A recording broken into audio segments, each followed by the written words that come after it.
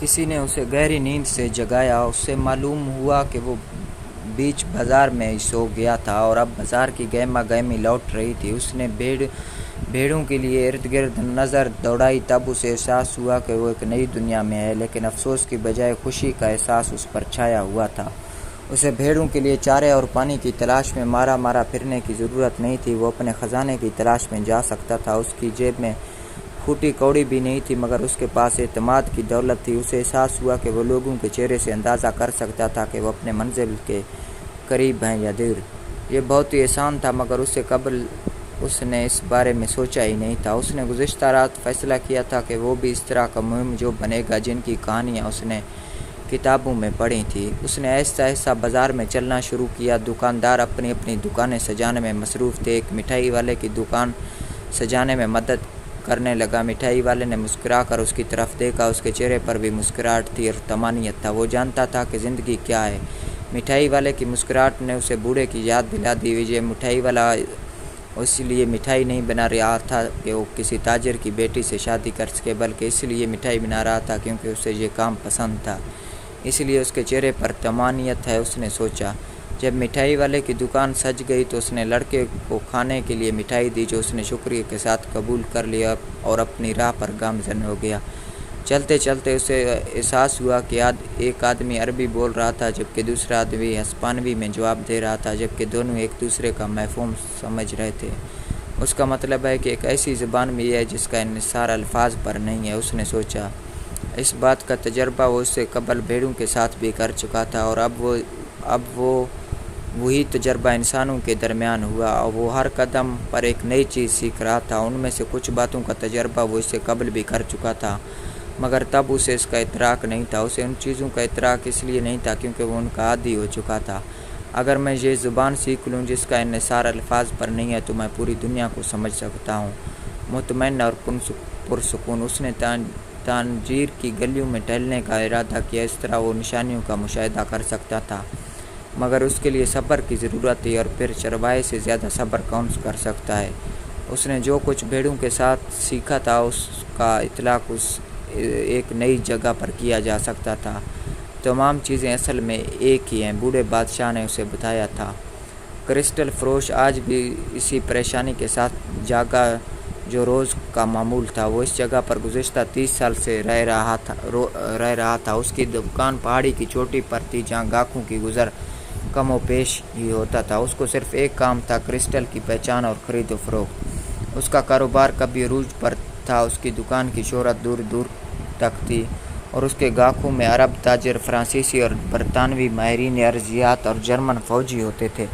تب سب کچھ بہت اچھا لگتا تھا اور وہ بہت جلد امیر ہونے کا خواب دیکھتا تھا، مگر وقت کے ساتھ تانجیر بھی بدل گیا۔ نزدیکی شہر سیوٹا اتنی تیزی سے پھیلا کہ تانجیر کی رونقیں ماند پڑ گئیں۔ اکثر دکانداروں نے اپنے کاروبار نئے شہر میں منتقل کر لیے۔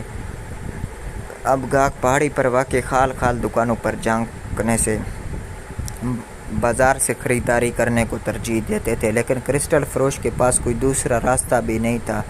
اس نے اپنی زندگی کے 30 سال اسی کاروبار میں گزارے تھے اور وہ کسی دوسرے کاروبار سے بالکل ناواقف تھا، اور اب کاروبار بدلنا بعید قیاس لگتا تھا۔ اس کی صبح لوگوں کو دیکھتے ہوئے گزرتی تھی، یہ سالوں سے اس کا معمول تھا، اور اب تو اسے لوگوں کے گزرنے کے اوقات بھی ازبر ہو گئے تھے۔ دوپہر کے قریب ایک لڑکا اس کی دکان میں داخل ہوا۔ لباس سے وہ کسی کھاتے پیتے گھرانے کا فرد لگتا تھا، مگر اس کی تجربہ کار نگاہیں کہتی تھیں کہ اس کی جیبیں خالی ہیں۔ دکان میں لگے ایک کتبہ سے اندازہ ہوتا تھا کہ دکاندار ایک سے زیادہ زبانیں بول سکتا ہے۔ میں کرسٹل صاف کرنے میں آپ کی مدد کر سکتا ہوں، لڑکے نے کاؤنٹر پر موجود شخص سے کہا۔ اس حالت میں یہ شاید گاہکوں کے لیے زیادہ پرکشش کا باعث نہ ہوں۔ دکاندار نے خالی نظروں سے لڑکے کی طرف دیکھا۔ تم مجھے بدلے میں کچھ کھانے کے لیے دے دینا۔ دکاندار اب بھی خاموش تھا، لگتا تھا کہ کسی فیصلہ تک پہنچنے کی کوشش کر رہا ہے۔ لڑکے نے سوچا اسے اس صحرا میں جیکٹ کی فی الحال ضرورت نہیں تھی، لہٰذا وہ کرسٹل صاف کرنے کے لیے استعمال کرتا تھا۔ اس نے تھیلے سے جیکٹ نکالی اور کرسٹل صاف کرنا شروع کر دیا۔ آدھے گھنٹے میں اس نے دکان میں موجود زیادہ کرسٹل چمکا دیا۔ اب اس نے کام شروع ہی کیا تھا کہ 2 گاہک دکان میں داخل ہوئے اور انہوں نے کرسٹل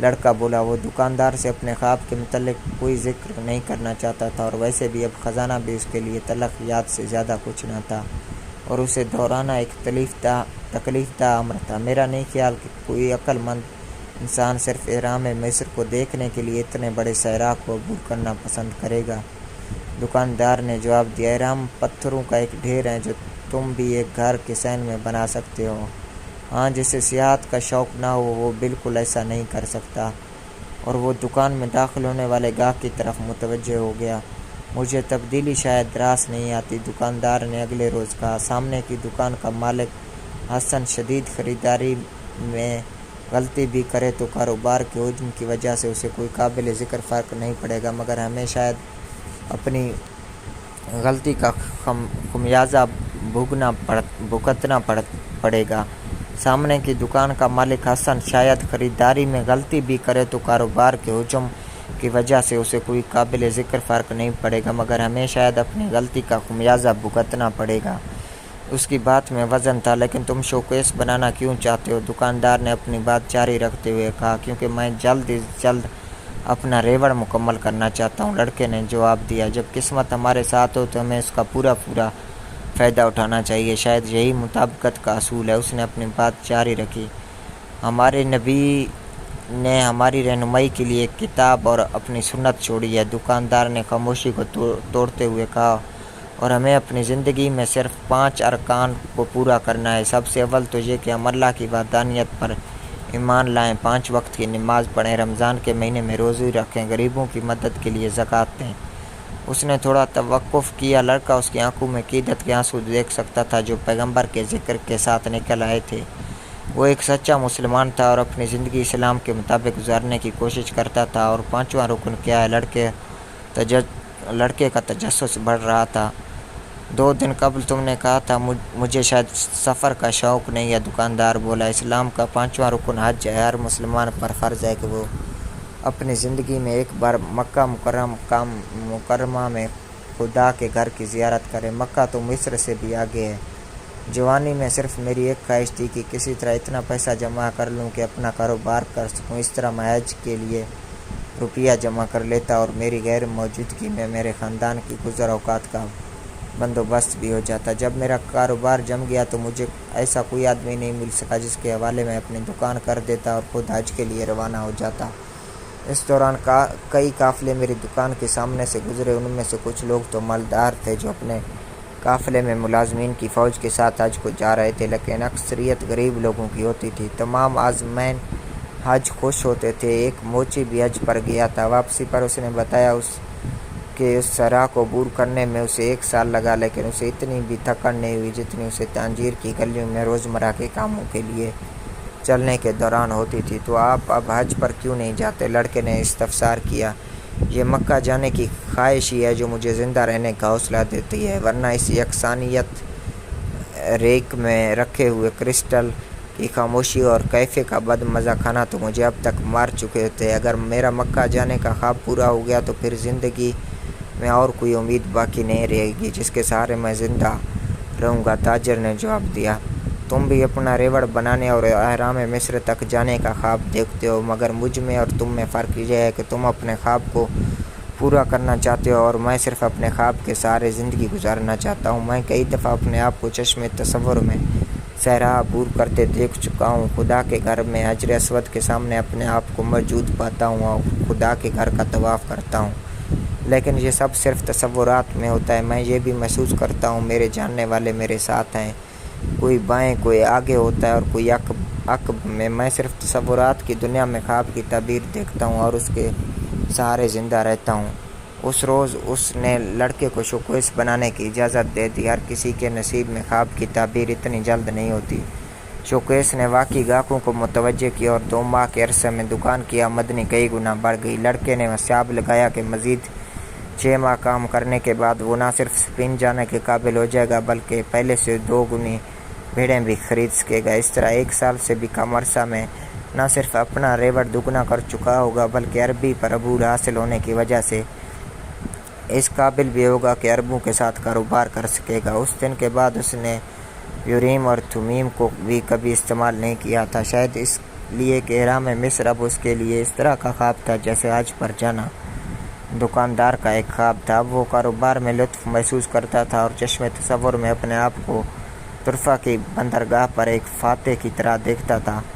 آدمی کو معلوم ہونا چاہیے کہ وہ کیا چاہتا ہے، بوڑھے بادشاہ نے کہا تھا۔ لڑکے کو اب معلوم تھا کہ وہ کیا چاہتا ہے اور شب و روز اس کے حصول کے لیے مصروف تھا۔ یہ خزانے کا خواب ہی تھا جو اسے اجنبی زمین پر لایا تھا جہاں اس کی ملاقات ایک لٹیرے سے ہوئی اور اسی بہانے وہ اس قابل ہوا کہ وہ اپنا ریوڑ دگنا کر سکے اور اس سب کچھ میں اس کا کچھ خرچ بھی نہیں ہوا تو اسے اپنے آپ پر فخر تھا۔ اس نے سیکھا بھی بہت کچھ تھا، مثلاً کرسٹل کی پہچان، الفاظ سے بے نیاز گفتگو کا فن اور نشانیوں کی پہچان۔ اس پہاڑی پر چڑھنے کے بعد انسان بہت تھک جاتا ہے، کاش اس چوٹی پر کوئی کعوہ خانہ ہوتا تو مشکل چڑھائی کے بعد گرم کعوہ تھکن مٹا دیتا۔ ایک شام لڑکے نے پہاڑی پر ایک شخص کو کہتے سنا۔ اس نے اس نشانی کو پہچان لیا اور دکاندار سے اس کا ذکر کیا۔ ہمیں یہاں پر کعوہ خانہ کھولنا چاہیے، یہاں پر بہت سارے کعوہ خانے ہیں، دکاندار نے جواب دیا، مگر ہم کرسٹل کی پیالی میں کعوہ پیش کریں گے اور یہ یقیناً گاہکوں کو متوجہ کرے گا اور اس طرح ہمارے کرسٹل کی فروخت میں بھی اضافہ ہوگا۔ میں نے کہیں پڑھا تھا کہ خوبصورتی مرد کی کمزوری ہے اور کرسٹل واقعی بہت خوبصورت ہوتا ہے۔ دکاندار نے اس وقت کوئی جواب نہیں دیا۔ شام کو نماز سے فارغ ہونے کے بعد جب اس نے دکان بند کی تو لڑکے سے کہا کہ وہ اس کے ساتھ حقہ پیے۔ تمہیں کس چیز کی تلاش ہے؟ دکاندار نے لڑکے سے کہا، جیسا کہ میں نے پہلے بھی ذکر کیا تھا، میں دوبارہ اپنا ریوڑ بنانا چاہتا ہوں۔ لڑکے نے جواب دیا، میں کرسٹل کے بارے میں وہ سب کچھ جانتا ہوں جو کہ ایک دکاندار کو معلوم ہونا چاہیے۔ دکاندار نے چلم میں آگ کو کریدا اور پھر حقے کا گہرا کش لیتے ہوئے بولا، مجھے کرسٹل کی پہچان ہے اور اس کی خصوصیت بھی معلوم ہے۔ اگر ہم کرسٹل کے گلاس میں کعوہ پیش کریں گے تو ہمیں دکان کو بھی کھلا کرنا پڑے گا اور پھر میرا طرز زندگی بھی بالکل بدل جائے گا۔ تو کیا یہ اچھا نہیں ہے؟ میں اپنی زندگی سے بالکل مطمئن ہوں۔ تمہارے آنے سے قبل میں ضرور سوچا کرتا تھا کہ میں نے اس جگہ پر اپنی زندگی برباد کر دی۔ میرے ساتھ کاروبار کرنے والے دوسری جگہ پر چلے گئے تھے اور ان کا کاروبار بھی بہت اچھا جا رہا تھا۔ یہ سب مجھے بہت مایوس کرتا تھا، لیکن اب ہر چیز بدل گئی ہے۔ میں زیادہ تبدیلی سے اس لیے گریز کرتا ہوں کہ مجھے نہیں معلوم کہ بدلی ہوئی صورت میں میرا رویہ کیسا ہونا چاہیے۔ میں اپنی معمول کا عادی بن چکا ہوں۔ لڑکے کو کچھ سمجھ نہیں آ رہا تھا کہ وہ کیا کہے۔ دکاندار نے اپنی بات کو جاری رکھتے ہوئے کہا، تم واقعی میرے لیے خوش قسمتی لے کر آئے ہو۔ آج مجھے وہ ملا ہے جو مجھ سے کھو چکا تھا۔ اگر خوش قسمتی کو قبول نہ کیا جائے تو خدشہ ہوتا ہے کہ وہ بد قسمتی میں بدل جاتی ہے۔ میں زندگی سے مزید کسی چیز کا متمنی نہیں ہوں۔ اگر تم میرے اندر خواہش کو بیدار کرتے ہو اور مجھے نئی امید دلاتے ہو، اب جب کہ مجھ میں خواہش بیدار ہو چکی ہے اور میں امید کی نئی کرن دیکھ سکتا ہوں اور میں محسوس کر سکتا ہوں میرے کاروبار میں وسعت کی بے انتہا گنجائش ہے، اب جب کہ مجھے معلوم ہے میں کیا کر سکتا ہوں، اگر میں ایسا نہیں کرتا تو یہ مجھے دوبارہ واپس مایوسی میں دھکیل دے گا۔ اچھا ہی تھا کہ میں نے طرفہ میں بیکری والے سے کچھ بھی کہنے سے گریز کیا تھا، لڑکے نے سوچا۔ دونوں حقہ پیتے ہوئے ڈوبتے ہوئے سورج کا نظارہ کر رہے تھے۔ فضا میں گہرا سکوت تھا سوائے حقے کی گڑگڑاہٹ کے۔ ان کے درمیان تمام گفتگو عربی میں ہو رہی تھی اور لڑکے کو فخر تھا بہت کم وقت میں اس نے عربی پر عبور حاصل کر لیا تھا۔ ایک وہ وقت بھی تھا جب اسے لگتا تھا وہ اپنی بھیڑوں سے سب کچھ سیکھ سکتا ہے۔ آج اسے معلوم ہوا کہ اس کی بھیڑیں اسے عربی نہیں سکھا سکتی تھیں۔ اس کے علاوہ بھی شاید بہت سی چیزیں ہیں جو بھیڑیں اسے نہیں سکھا سکتی تھیں۔ ان کی زندگی کا مقصد صرف چارہ اور پانی ہی ہے۔ بھیڑیں مجھے کچھ نہیں سکھا رہی تھی بلکہ میں ان سے سیکھ رہا تھا، اس نے سوچا۔ مکتوب، دکاندار نے سکوت توڑا۔ اس کا کیا مطلب ہے؟ لڑکے نے پوچھا۔ اس کا مطلب سمجھنے کے لیے تمہیں عرب میں پیدا ہونا چاہیے تھا، دکاندار بولا۔ تمہاری زبان میں شاید اس کا مطلب ہے جو قسمت میں لکھا ہے۔ اس نے چلم کی آگ کو کریدتے ہوئے لڑکے کو اجازت دی کہ وہ کل سے کرسٹل کے گلاس میں کعوہ بیچ سکتا ہے۔ کبھی کبھی دریا کا رخ موڑنا ممکن ہوتا ہے۔ جب لوگ پہاڑی کی چوٹی پر پہنچے تو تھکن کے آثار ان کے چہرے پر عیاں تھے، لیکن وہ کعوہ خانہ دیکھ کر حیران ہوئے۔ کعوہ خانے میں کعوہ کرسٹل کے گلاسوں میں پیش کیا جاتا تھا۔ میری بیوی شاید اس کا تصور بھی نہ کر سکے، گاہک نے دوسرے سے کہا۔ آج میرے گھر میں مہمان آنے والے ہیں، میں بھی ان کو کرسٹل کے گلاسوں میں قہوہ پیش کروں گا، وہ بھی یقیناً متاثر ہوں گے۔ یقیناً قہوہ اگر کرسٹل میں پیش کیا جائے تو اس کا لطف دوبالا ہو جاتا ہے، دوسرے نے جواب دیا۔ بہت جلد قہوہ خانے کی شہرت پورے شہر میں پھیل گئی، لوگ کثرت تعداد میں قہوہ خانے میں آنے لگے۔ اس کی دیکھا دیکھی پہاڑی پر اور بھی کئی قہوہ خانے کھل گئے، مگر لوگوں کی جو بھیڑ اس قہوہ خانے پر رہتی تھی وہ کسی اور کا مقدر نہیں تھی۔ دکاندار کو قہوہ خانے میں مزید کئی ملازم رکھنے پڑے، اس کی چائے کی درآمد میں کئی گنا اضافہ ہو گیا اور کرسٹل کی فروخت بھی اسی رفتار سے ترقی کر رہی تھی۔ لڑکا صبح جلد بیدار ہو گیا۔ آج اسے تنجیر میں آئے ہوئے 11 مہینے ہو گئے تھے۔ اس نے خاص آج کے دن کے لیے عربی لباس خریدا تھا۔ یہ لباس پہن کر اس نے آہستہ آہستہ سیڑھیاں اترنا شروع کی۔ شہر پر ابھی تک نیند کا سکوت طاری تھا۔ وہ قہوہ خانے میں آیا اور پہلے اس نے کرسٹل کے گلاس میں قہوہ پیا، پھر قہوہ خانے کے دروازے میں بیٹھ کر حقے کے چھوٹے چھوٹے کش لینے لگا۔ وہ اپنے چہرے پر تازہ ہوا محسوس کر سکتا تھا، اس ہوا میں صحرا کی مہک رچی ہوئی تھی۔ اس نے اپنی جیب میں ہاتھ ڈالا اور رقم کا بنڈل نکال کر اسے غور سے دیکھنے لگا۔ اس رقم سے میں 120 بھیڑیں خریدنے کے علاوہ نہ صرف واپسی کا ٹکٹ لے سکتا تھا بلکہ افریقہ سے تجارت کرنے کے لیے درآمدی اسلحہ بھی لے سکتا ہوں۔ اس نے سوچا، یہ سب کچھ اس نے پچھلے 11 ماہ میں کمایا تھا۔ وہ دکاندار کے بیدار ہونے کا انتظار کرنے لگا۔ جب دکاندار آیا تو دونوں نے ایک ایک گلاس قہوہ کا لیا اور قہوہ خانے کے ایک کونے میں بیٹھ گئے۔ آج میں جا رہا ہوں، لڑکے نے انکشاف کیا۔ میرے پاس اتنی رقم ہے کہ میں اپنا ریوڑ بنا سکتا ہوں اور آپ کے پاس بھی اتنی رقم ہے کہ آپ حج کے لیے روانہ ہو سکتے ہیں۔ دکاندار خاموشی سے اس کی بات سن رہا تھا۔ کیا آپ مجھے اپنی دعاؤں میں رخصت کریں گے؟ لڑکے نے دکاندار سے سوال کیا۔ آپ نے میری بہت مدد کی، لڑکے نے اپنی بات جاری رکھی۔ دکاندار مسلسل خاموش تھا۔ اس نے گلاس میں مزید قہوہ اونڈیلا اور پہلی بار بولا، مجھے واقعی تم پر فخر ہے، تم نے میرے کاروبار کو بہت ترقی دی، لیکن تمہیں معلوم ہے کہ میں مکہ نہیں جاؤں گا جس طرح مجھے معلوم ہے کہ تم ریوڑ نہیں بناؤ گے۔ آپ سے کس نے کہا کہ میں ریوڑ نہیں بناؤں گا؟ لڑکے نے حیرت کا اظہار کیا۔ مکتوب، دکاندار بولا اور اس نے لڑکے کو گرم جوشی سے اپنے نیک تمناؤں کے ساتھ رخصت کیا۔ لڑکے نے کمرے میں جا کر اپنا سامان باندھا۔ جب وہ یہاں آیا تھا اس کے پاس صرف ایک تھیلا تھا جس میں ایک کتاب اور ایک جیکٹ تھی۔ آج اس کے پاس اتنا سامان تھا کہ 3 تھیلے بھر گئے۔ جب وہ کمرے سے روانہ ہونے لگا تو اس کی نظر کونے میں پڑے اپنے بوسیدہ تھیلے پر پڑی۔ جب وہ اسے بالکل بھول چکا تھا، اس نے تھیلا اٹھایا اور اس میں جیکٹ نکالی تاکہ گلی میں کسی غریب کو دے دے۔ جیکٹ کے ساتھ 2 پتھر نکل کر فرش پر گر پڑے، یوریم اور تھومیم۔ اب ان پتھروں کو دیکھ کر اسے بوڑھا بادشاہ یاد آ گیا۔ اسے حیرت ہوئی کہ وہ اتنا عرصہ اسے کیسے بھولا رہا تھا۔ اس نے تقریباً 1 سال سخت محنت کی تاکہ اتنی رقم جمع کر سکے کہ فخر کے ساتھ سفین واپس جائے۔ کبھی بھی خواب دیکھنے سے گریز نہ کرنا، بوڑھے بادشاہ نے کہا تھا۔ اس نے یوریم اور تھومیم کو فرش سے اٹھا لیا اور اس کے ساتھ ہی اسے ایسا محسوس ہوا جیسے بوڑھا بادشاہ اس کے قریب ہی موجود ہو۔ 1 سال کی سخت محنت کے بعد اب شاید وقت آ گیا تھا کہ وہ واپسی کا سفر اختیار کر سکے۔ میں واپس جا کر دوبارہ ریوڑ بناؤں گا، باوجود اس کے کہ بھیڑوں کے ساتھ رہ کر میں عربی نہیں سیکھ سکا تھا، اس نے سوچا، لیکن بھیڑوں کے ساتھ رہ کر میں نے شاید اس سے بھی زیادہ اہم چیز سیکھی تھی، ایسی چیز جس کا استعمال میں نے دیار غیر میں اپنے قیام کے دوران مسلسل کیا۔ اس کی وجہ سے میں کرسٹل کے کاروبار کو عروج پر لایا اور اس کے زور پر ہی میں ایک کامیاب اور بے مثال قہوہ خانہ بنانے میں بھی کامیاب ہو سکا۔ وہ چیز تھی جذبہ، کام کے انجام دینے کی محبت اور اپنے مقصد کو ہمیشہ پیش نظر رکھنا۔ تانجیر اب اس کے لیے اجنبی جگہ نہیں تھی اور اس کا خیال تھا کہ اس نے اس اجنبی جگہ کو فتح کیا تھا۔ اس طرح وہ جذبے اور لگن سے پوری دنیا کو فتح کرنے کے قابل تھا۔ جب تم کچھ کرنے کا مصمم ارادہ کر لو تو کائنات کی ہر شے اس کے اصول میں تمہاری مدد کے لیے کوشاں ہو جاتی ہے۔ اسے بوڑھے بادشاہ کی بات یاد آئی۔ پھر اسے خیال آیا کہ بوڑھے بادشاہ نے سب کچھ لٹ جانے کے بارے میں تو کچھ بھی نہیں کہا تھا اور نہ ہی تا حد نظر پھیلے ہوئے صحرا کے بارے میں، اور نہ ان لوگوں کے بارے میں کچھ بتایا تھا جو یہ تو جانتے ہیں کہ ان کی منزل کیا ہے اور ان کی زندگی کا مقصد کیا ہے، مگر وہ اس کے اصول کے لیے کبھی بھی تیار نہیں ہوتے۔ بوڑھے بادشاہ نے یہ بھی نہیں بتایا تھا کہ اہرام مصر پتھروں کے ایک ڈھیر سے زیادہ کچھ نہیں تھے اور کوئی ایسے اہرام اپنے صحن میں بنا سکتا تھا۔ وہ یہ بتانا بھی بھول گیا تھا کہ اگر اس کے پاس اتنی رقم ہو کہ وہ دوبارہ سے ریوڑ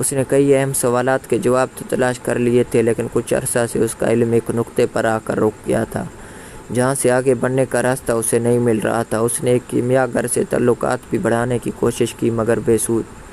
کیمیا گر دراصل بہت ہی عجیب طبیعت کے مالک ہوتے ہیں، خود غرض اور حاسد اور علم کو اپنی ذات تک محدود رکھنے والے۔ یہ بھی کوئی بڑی بات نہیں ہے کہ ان کے پاس علم ہی نہ ہو، وہ اسم اعظم جو ہر شے کو سونے میں بدل دے، اور وہ اپنی کم علمی کو چھپا رہے ہوں۔ وہ اپنے باپ کی طرف سے ترکے میں ملنے والی جائیداد کا بیشتر حصہ پہلے ہی خرچ کر چکا تھا۔ اس نے دنیا کی تمام بڑی لائبریریاں چھان ماری اور علم کیمیا پر دستیاب تمام کتب کا مطالعہ کر چکا تھا۔ ایک کتاب میں اس نے پڑھا کہ کئی سال قبل ایک مشہور عرب کیمیا گر کا گزر یورپ سے ہوا۔ اس کی عمر 200 سال سے زیادہ تھی اور اس کے پاس ایسا عزم اعظم تھا جو تمام اشیاء کو سونے میں بدلنے کی اہلیت رکھتا تھا۔ انگریز کو یہ کہانی بہت متاثر کن لگی، لیکن وہ اسے ایک افسانوی کردار سے زیادہ اہمیت نہیں دیتا تھا۔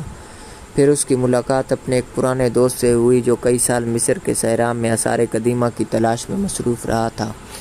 اس کے دوست نے اس سے ایک ایسے عرب کا ذکر کیا جس کے پاس حیرت انگیز طاقت تھی۔ وہ نخلستان میں رہتا تھا، اس کے دوست نے بتایا، اور لوگ کہتے ہیں کہ اس کی عمر 200 سال ہے اور وہ ہر شے کو سونے میں بدلنے کا فن جانتا ہے۔ انگریز اس نئے انکشاف پر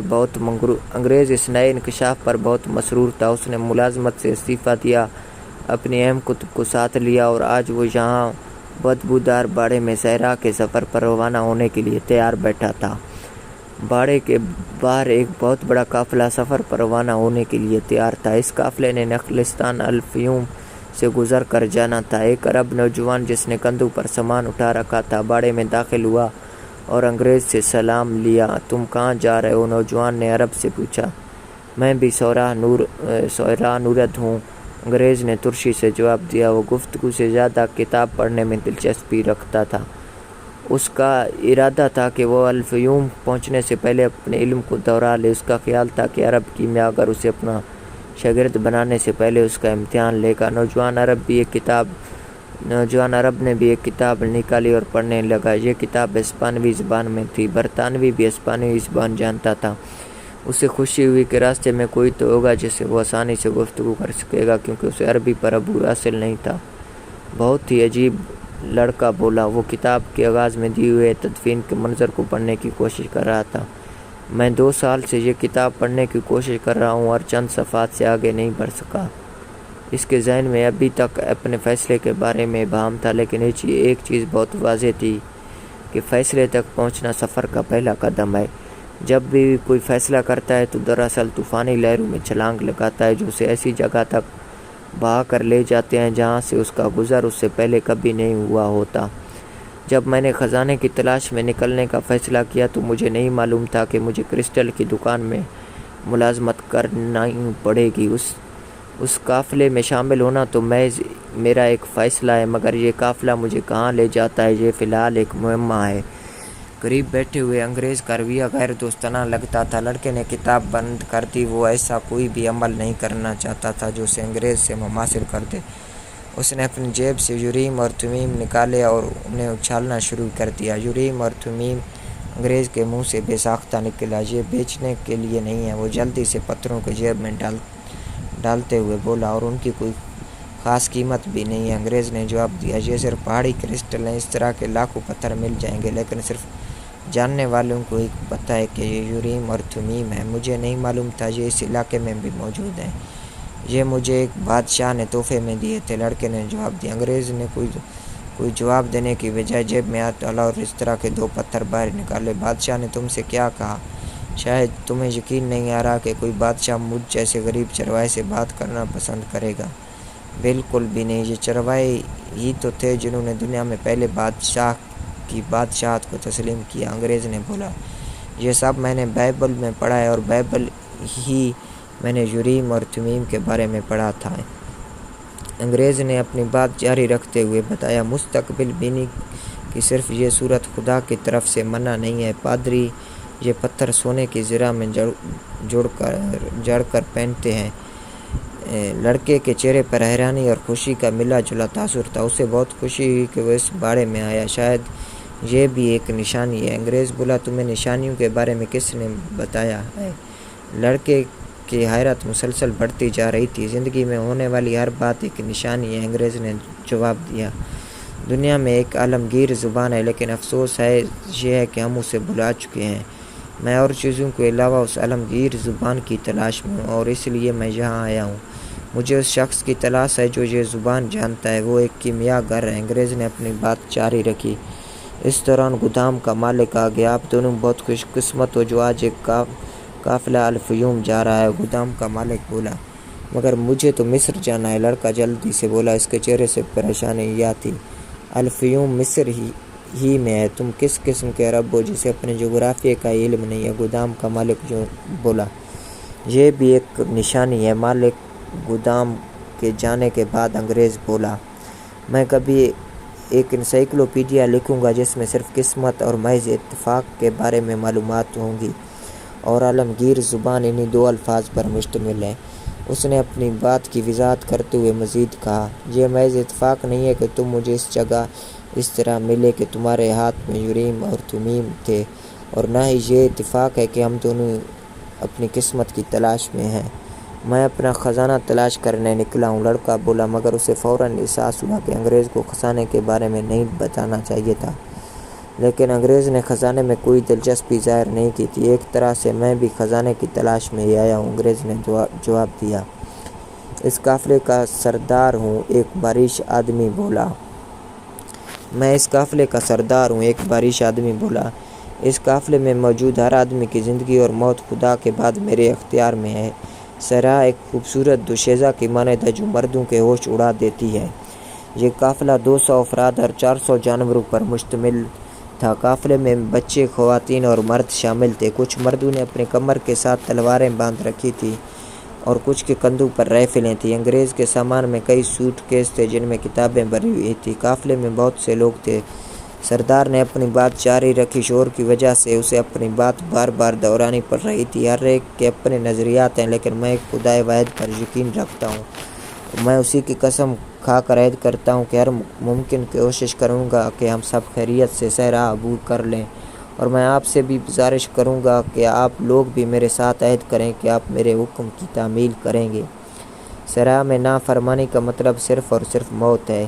قافلے میں ہلکا سا شور تھا۔ تمام لوگ زیر لب عہد کر رہے تھے۔ لڑکے نے بھی یسوع کی قسم کھا کر عہد کیا کہ وہ سردار کے ہر حکم کی تعمیل کرے گا۔ انگریز البتہ خاموش تھا۔ لوگ دعا کر رہے تھے قافلہ خیریت سے اپنی منزل پر پہنچ جائے۔ بغل کی آواز پر تمام لوگ اپنی اپنی سواریوں پر سوار ہو گئے۔ انگریز اور لڑکے کے پاس اونٹ تھے، وہ بھی ان پر سوار ہو گئے۔ لڑکے کو انگریز کے اونٹ پر ترس آ رہا تھا جس کی پیٹھ پر انگریز کے علاوہ اس کی کتابوں کے کئی بکسے بھی لدے ہوئے تھے۔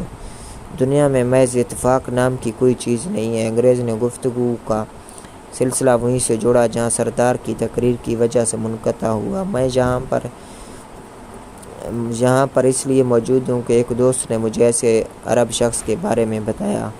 روانہ ہونے کی وجہ سے لڑکے کے لیے انگریزی کی باتوں پر توجہ دینا مشکل ہو رہا تھا، لیکن وہ اندازہ کر سکتا تھا کہ انگریز کیا کہنا چاہ رہا تھا۔ ایک طلسماتی چکر جو ایک واقعہ کو دوسرے واقعے کے ساتھ منسلک کرتا ہے۔ اس چکر نے اسے پہلے چرواہا بنایا۔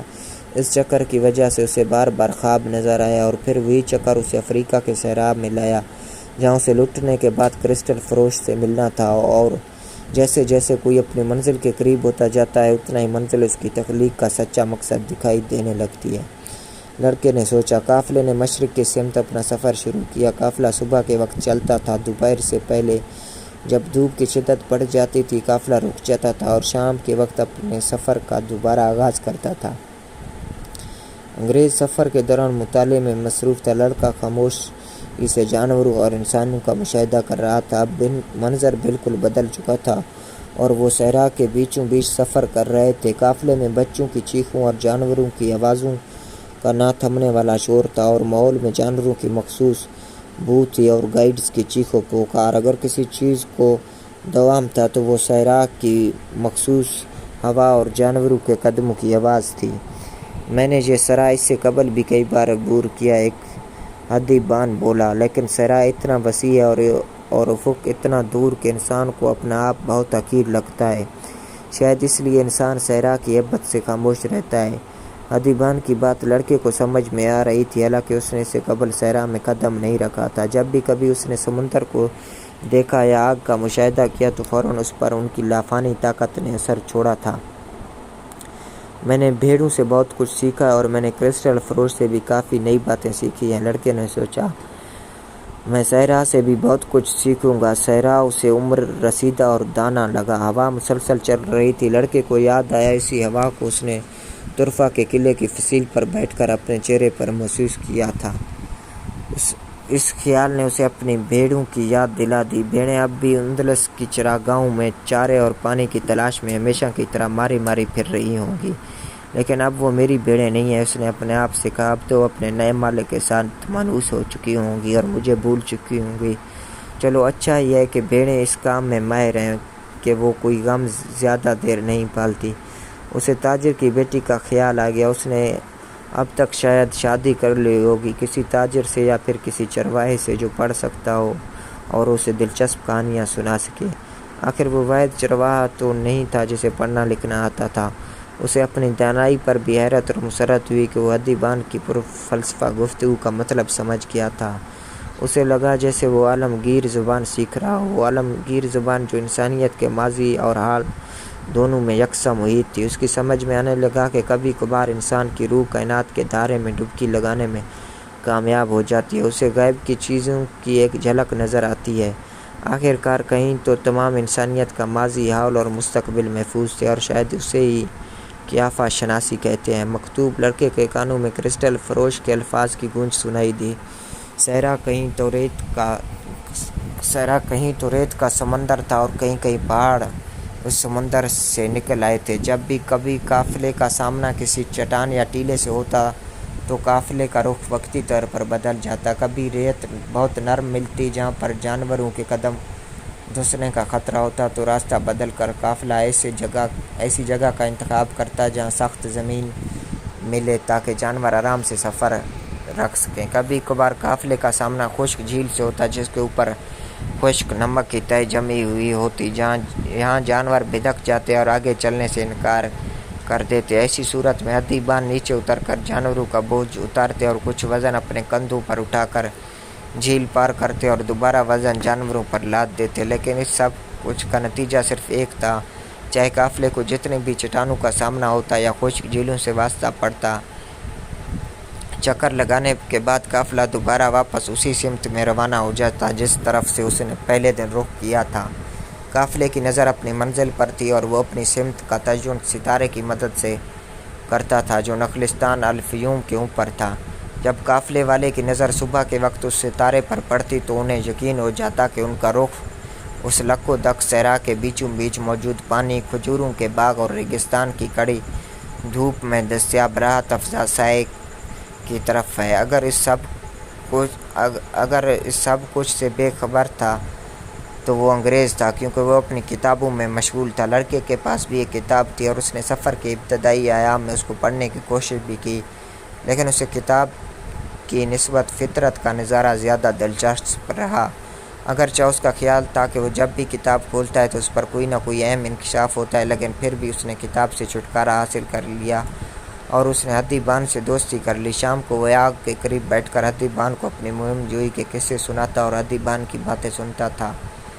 میں الکیروم کے پاس رہتا تھا، ایک شام ادیبان نے اسے بتایا۔ میرے پاس اتنا باغ تھا، گھر بار اور بچے تھے، یہ سب کچھ لافانی محسوس ہوتا تھا۔ ایک سال جب فصل بہت اچھی ہوئی تو میں پورے خاندان کے ساتھ حج کے لیے مکہ گیا۔ یہ میری زندگی کی واحد غیر تکمیل شدہ خواہش تھی۔ اب مجھے زندگی سے کوئی اور چیز کی تمنا نہیں تھی۔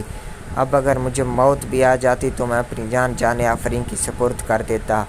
ایک روز بہت زور کا زلزلہ آیا اور ساتھ ہی دریائے نیل طغیانی پر آ گیا۔ میرا خیال تھا اس طرح کا حادثہ شاید دوسروں کے ساتھ تو ہو سکتا تھا، لیکن میرا مقدر کاتب تقدیر نے اس قسم کے آفات سے صاف رکھا تھا۔ لیکن میرے سب باغ، گھر بار اور بچے اس بلائے ناگہانی کی نظر ہو گئے۔ میری تمام املاک دریا برد ہو گئیں اور مجھے مجبوراً کوئی اور ذریعہ معاش تلاش کرنا پڑا۔ اور آج میں حدی بان ہوں۔ اس تمام حادثے سے میں نے ایک سبق سیکھا ہے۔ اللہ کا حکم ہے کہ انسان کو اس وقت تک جانے خوف کا شکار ہونے کی ضرورت نہیں ہے جب تک وہ جانتا ہے کہ اسے کیا کرنا ہے اور وہ اس کے اصول پر قادر ہے۔ ہم خوف زدہ ہوتے ہیں کہ ہم وہ کچھ کھو دیں گے جو ہمارے پاس ہے، لیکن ہم یہ بھول جاتے ہیں کہ ہماری تقدیر اس نے لکھی ہے جس نے ہم سے قبل آنے والے انسانوں کی تقدیر لکھی تھی۔ اگر یہ بات ہم ذہن نشین کر لیں تو کوئی خوف ہمارے دل میں جگہ نہیں پا سکتا۔ حدی بان کے چہرے پر سکون تھا، اسے اپنی جائیداد اور اولاد کے جانے کا غم نہیں تھا۔ جیسے ہی وہ آگ کے گرد حلقہ جماتے تو حدی بان ریت کے طوفان سے ایک دوسرے کو خبردار کرتے یا صحرا کی داستانیں ایک دوسرے کو سناتے۔ کبھی کبھار قافلے کا سامنا پراسرار نقاب پوش اونٹ سواروں سے ہوتا، ان کا کام قافلے کے راستے کی نگہبانی تھا۔ وہ قافلے والوں کو رازنوں اور ڈاکوؤں کی موجودگی سے خبردار رکھتے تھے۔ وہ جس طرح خاموشی سے صحرا میں سے ظاہر ہوتے تھے اس طرح چپکے سے غائب ہو جاتے تھے۔ ان کے سیاہ لباس میں صرف ان کی آنکھیں دکھائی دیتی تھیں۔ ایک رات حدی بان آگ کے الاؤ کے قریب آیا جہاں لڑکا اور انگریز بیٹھے ہوئے تھے۔ اس نے انہیں بتایا کہ افواہ ہے کہ صحرا میں دو قبائل کے درمیان جنگ چھڑ گئی ہے۔ یہ سن کر تینوں خاموش ہو گئے۔ لڑکے کو ایسے لگا جیسے فضا میں خوف کی لہر پھیل گئی ہو۔ ایک دفعہ پھر اسے ایسی زبان کا احساس ہوا جو الفاظ سے بے نیاز تھی، عالمگیر زبان۔ انگریز نے حدی بان سے استفسار کیا کہ کہیں وہ خطرے میں تو نہیں ہے؟ صحرا میں صرف اندر آنے کا راستہ ہوتا ہے، حدی بان نے جواب دیا، اور جب واپس جانے کا راستہ مسدود ہو تو انسان کو آگے جانے کے لیے بہتر راستہ کی فکر ہونی چاہیے اور باقی اللہ پر چھوڑ دینا چاہیے۔ مکتوب: آپ کو قافلے کی طرف توجہ دینی چاہیے۔ لڑکے نے انگریز سے کہا، قافلہ رکاوٹوں سے گزرنے کے لیے کئی چکر کاٹتا ہے مگر اس کا رخ ہمیشہ اپنی منزل کی طرف ہی رہتا ہے، اور تمہیں چاہیے کہ تم دنیا کے بارے میں معلومات حاصل کرو۔ کتاب کی مثال ایسی ہے جیسے کہ صحرا میں قافلہ۔ انگریز بولا، قافلے نے اپنی رفتار تیز کر دی۔ دن تو اس سے قبل بھی خاموش ہوتے تھے مگر اب رات کو بھی پڑاؤ پر مکمل سکوت طاری ہوتا تھا۔ پھر ایک دن سردار نے حکم دیا، اب پڑاؤ میں آگ روشن نہیں کی جائے گی۔ اس طرح جنگجو قبائل کو قافلے کی آمد کا علم ہونے کا خدشہ تھا۔ اب جب بھی پڑاؤ پڑتا تو جانوروں کو ایک دائرے کی صورت میں باندھ دیا جاتا اور درمیان میں انسان ہوتے تھے، اور پڑاؤ کے چاروں اطراف میں محافظ بھی تعینات کیے جاتے تھے۔ ایک رات جب چاند صحرا کی ریت پر اپنی سحر انگیز چاندنی پھینک رہا تھا، لڑکے نے انگریز کو اپنی کہانی سنائی۔ انگریز بالخصوص کرسٹل کی دکان اور قہوہ خانے کی کامیابی سے بہت متاثر ہوا۔ یہی اصول تمام امور میں کار فرما ہے۔ لڑکے کی بات ختم ہونے پر انگریز بولا، کیمیا گری کی زبان میں اسے کائنات کی روح کہا جاتا ہے۔ جب انسان دل کی گہرائیوں سے کچھ تمنا کرتا ہے تو وہ کائنات کی روح کے قریب ہوتا ہے۔ یہ ہمیشہ مثبت عمل ہے، اور یہ صرف انسان نہیں ہے کہ جس میں روح ہے، بلکہ کائنات کی ہر شے، چاہے وہ جمادات ہوں یا نباتات یا جانور ہوں، سب میں روح ہے۔ کائنات میں مسلسل ایک تغیر کار فرما ہے، کیونکہ کائنات ایک زندہ جاوید حقیقت ہے کہ دنیا کی ہر چیز میں روح کار فرما ہے۔ ہم بھی اس روح کا ایک جزو ہیں، شاید اس لیے ہمیں اس کا ادراک نہیں ہوتا کہ یہ روح ہماری بھلائی کے لیے مصروف عمل ہے۔ شاید کرسٹل کی دکان میں تم نے محسوس کیا ہوگا کہ گلاس تک تمہاری جدوجہد میں تمہاری معاونت کر رہے تھے۔ لڑکا چند لمحوں کے لیے گہری سوچ میں ڈوب گیا۔ اس نے پہلے چاند کو دیکھا، پھر دودھیا ریت پر نظر جماتے ہوئے بولا، میں نے صحرا کے بیچ میں قافلے کو بغور دیکھا۔ قافلے اور صحرا کی یہ ایک ہی زبان ہے، اور اس لیے صحرا قافلے کو گزرنے کی اجازت دیتا ہے، اور وہ مسلسل دیکھ رہا ہوتا ہے کہ قافلے کا ہر قدم اپنے مقررہ وقت پر مقررہ جگہ پر پڑتا ہے یا نہیں۔ اگر یہ ایسا ہے تو ہم ضرور نخلستان تک پہنچنے میں کامیاب ہوں گے۔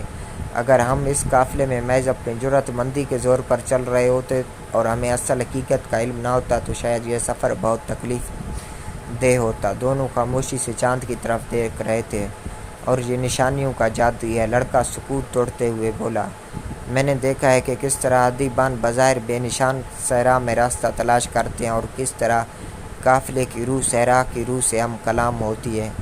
مجھے بھی قافلے کا اتنی گہرائی سے مشاہدہ کرنا چاہیے، انگریز بولا، اور مجھے تمہاری کتابوں کا مطالعہ۔ لڑکے نے جواب دیا، وہ وہ بہت ہی عجیب و غریب کتابیں تھیں، ان میں پارے، نمکیات، اژدہوں اور بادشاہوں کا ذکر تھا، اور یہ سب کچھ لڑکے کے فہم سے بہت اوپر کی باتیں تھیں۔ اسے ایک چیز تمام کتب میں مماثل نظر آئی، سب میں ایک نظریہ تھا کہ کائنات کی ہر چیز کی بنیاد ایک ہی ہے۔ ایک کتاب میں اس نے پڑھا کہ کیمیا گری کا اصل گر صرف چند سطور میں مرکوز تھا، اور یہ ایک پخراج پر لکھی ہوئی تھی۔ اسے پخراج کی تختی کہتے ہیں۔ انگریز نے اسے بتایا۔ انگریز کو خوشی ہوئی، بالآخر وہ بھی لڑکے کو متاثر کر سکے گا۔ اگر کیمیا گری کا علم اتنا ہی مختصر ہے تو پھر ہمیں اتنی کتابوں کی کیا ضرورت ہے؟ لڑکے نے استفسار کیا۔ تاہم ان چند سطور کو سمجھ سکیں، انگریز نے جواب دیا، لیکن اسے خود بھی یقین نہ تھا وہ جو کہہ رہا تھا وہ حقیقت میں ایسا ہی ہے۔ لڑکے کو سب سے زیادہ دلچسپ وہ کتاب لگی جس میں مشہور کیمیا گروں کی کہانیاں تھیں۔ یہ وہ لوگ تھے جنہوں نے اپنی زندگیاں اس تلاش میں گزار دی تھیں کہ وہ دھات کو مصفا کر سکیں۔ ان کا خیال تھا کہ اگر دھات کو کئی سال تک گرم کیا جائے تو وہ اپنی انفرادی خصوصیات کو ترک دیتی ہے، اور نتیجتاً کائنات کی روح سامنے آ جائے گی، اور کائنات کی اس روح کی مدد سے وہ دنیا میں ہر چیز کی حقیقت جان سکیں گے، کیونکہ ان کے خیال میں کائنات کی ہر شے کی ایک ہی زبان تھی۔ وہ اس دریافت کو کار عظیم کا نام دیتے تھے۔ یہ جزوً مائع اور جزوً ٹھوس ہے۔ کیا صرف انسان اور نشانیوں کا تجربہ کائنات کی زبان کو سمجھنے کے لیے کافی نہیں ہے؟ لڑکے نے سوال کیا۔ تمہیں ہر شے کو آسانی سے لینے کا خبت سوار ہے، انگریز نے تلخی سے جواب دیا۔ جب کیمیا گری انتہائی سنجیدہ کام ہے، ہر قدم استادوں کے نقش قدم پر ہونا چاہیے۔ لڑکے نے پڑھا کہ کار عظیم کے مائع حصے کو آب حیات کہتے ہیں، اور یہ ہر بیماری کا علاج ہے اور انسان کو جوان بھی رکھتا ہے، جبکہ ٹھوس حصے کو سنگ فلسفہ کہتے ہیں۔ سنگ فلسفہ اتنی آسانی سے نہیں مل سکتا، انگریز نے بتایا۔ کیمیا گریوں نے سالہ سال لیبارٹریوں میں صرف کیے۔ وہ آگ کا مشاہدہ کرتے رہے جس سے دھات کی تطہیر ہوتی تھی۔ انہوں نے آگ کے قریب اتنا وقت گزارا تھا کہ تمام دنیاوی خواہشات سے ان کا پیچھا چھوٹ گیا۔ جب وہ منزل پر پہنچے تو ان کو معلوم ہوا کہ مادے کی صفائی کرتے کرتے وہ خود بھی تمام دنیاوی خواہشات کی علائشوں سے پاک ہو چکے تھے۔ لڑکے کو فوراً کرسٹل فروش کا خیال آ گیا۔ اس نے کہا تھا کہ لڑکے کے لیے کرسٹل کی صفائی ایک اچھا عمل ہے، اس طرح اس کے دل کی بھی منفی خیالات سے صفائی ہو جائے گی۔ لڑکے کو یقین ہوتا جا رہا تھا کہ کیمیا گری انسان اپنے ارد گرد سے سیکھ سکتا ہے، اور انگریز اپنی بات کو جاری رکھتے ہوئے کہا، سنگ فلسفہ کی اور بھی حیران کن خصوصیات ہیں۔ اس پتھر کا ایک ذرہ دھات کی کثیر تعداد کو سونے میں بدل سکتا ہے۔